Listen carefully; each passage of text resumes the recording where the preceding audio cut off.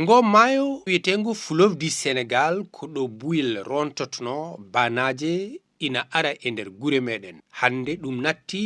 wonani ɓemɓe ganda kañumen goni hotɓe paluldane maayo jogade hen ko wiyata ko souvenir uji caɗele goɗɗe noon aɓe teski nde tawno hanki mawɓe men ina kaɗanno kaake leece e ko nandi nder henenne e maayo meɗen tufɗe ɗe hande natti hormade ɗum saabu kala pinɗo lawƴoyta kaake mum koto maayoto henne liɗɗi ɗi dogi yolayru heewi oɗo cubballo omo setto ɗum oɗo maayo mo jiiɗaɗo ko awo sakke sa min gar min gaw mais somin gari awde maayo he mais liɗɗi ala e maayo ngo heeway arat ɗo darɗa ɗo gawa ha guila subaka ha kikiɗe donkana hay ƴengudu waccere parna dow mais holko saabi ɗum ko mawɓe ndenne ngala joni kadi ko wonno nden ko e joni ko koko change par rapport kadi mbiyano yoɓe goppu addude kaake yoɓe goppu addude julle yoɓe goppu addude barmeji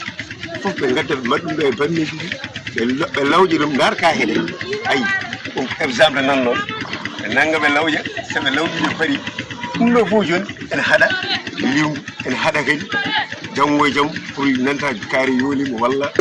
mawɓe ndenne fof nde ko ɗum ɓe kaɗano yimɓe joni ɓe calima ko ɗum woni jira hankadi liwgu satti wonde satti no feewi kala pinɗo dañƴo mbalik muɗum yuppoyta koto maayo to hene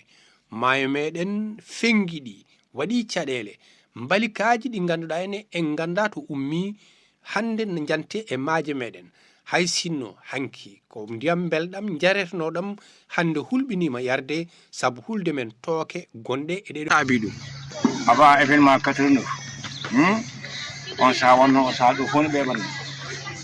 on saaha so yamayo naati ha ceeɗoli ɗum ɗo fof ɓeyɗi haalaji tawnin jaam ɓenta to ɓenta gayna woni taƴande lim subalɓe machallah limu en leydi subalɓe guure ma alhamdulillah rabbil alamin to galle subalɓe nanɗa fof til to suri ko luɓanma limu wilayitaki kala galle pandawa nde ko galle subalɓe jeeya kan namdo guilowo barage noon waɗa limu darta koye ɗo kala gawo kala gummiɗo wande mum hawra koye kuus kon wona limu koye ko kuus lebbe hawrata ɗum min usi o min yi aha est ce que min ɓenni kadi wiyano basaɗa ko pour remoɓe gonga ndiyam ɗam ne heewi kono hande sa ƴeewi hay remoɓe ngala rendement e nder mumen a sooda engrais cooda ha maayo men ko zéro ala rendement ɗum noon wagde yalno taw haalde kon kon hay maayo ngu toto wona ɗo ɓuri no funti hay toto wona ɗo goppa ɓeeɓa